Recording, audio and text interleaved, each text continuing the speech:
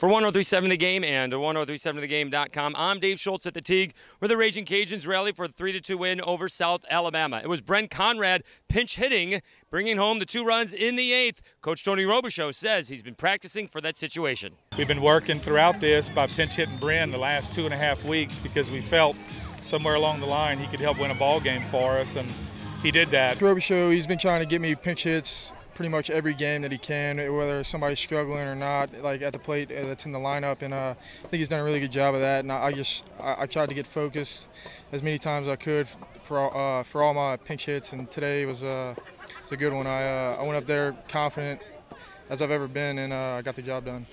Senior Greg Milhorn, out since the beginning of April, pitches 2 scoreless innings. He gets the victory for the Cajuns. I mean, it's been a while, but I did pitch last week to our hitters. I threw to 5 batters, so I had a feeling for what was going on and stuff, and I felt good. He kept working. He kept throwing his bullpens. We got back. He said he was ready to start flat grounding.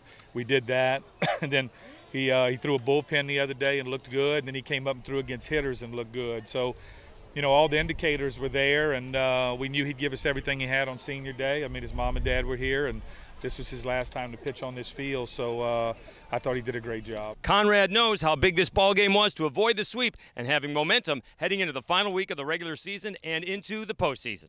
You know, that team's a good ball club, and I'm pretty sure they were #1 in our conference heading into this weekend, and just being able to battle all weekend long. We lost 2 close games, and you know, to pull out a win tonight is huge, because that means that they know that we can beat them for sure. So, and we're looking forward to meeting them in the tournament. Last 4 coming up. Yeah, you know, we got to try to turn ourselves into something and hopefully rally around what has happened. You know, and as I told them today, you know, you got 1 or 2 choices. You can say that you pushed hard enough and that you tried, and you know, yeoman's effort, and the rest of the season can go by the wayside, or we can understand maybe why we went through this.